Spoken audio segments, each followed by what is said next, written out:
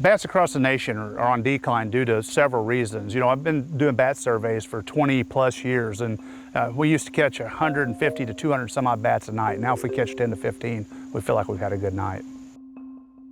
There are multiple threats to bats across the country. Wind farms, environmental hazards such as complete tree removal, landscape changes, ecosystem changes. So there are a lot of different things that can affect bat populations.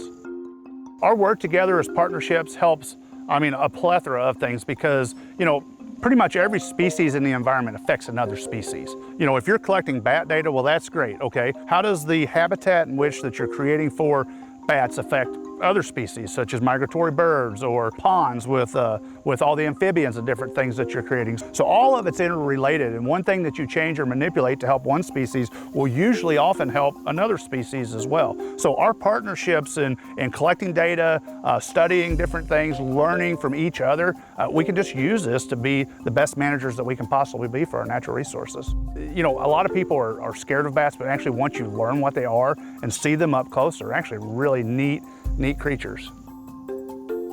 I would challenge any student that wants to learn anything about bats or any other environmental issues to contact a natural resources management agency and see if they can help out.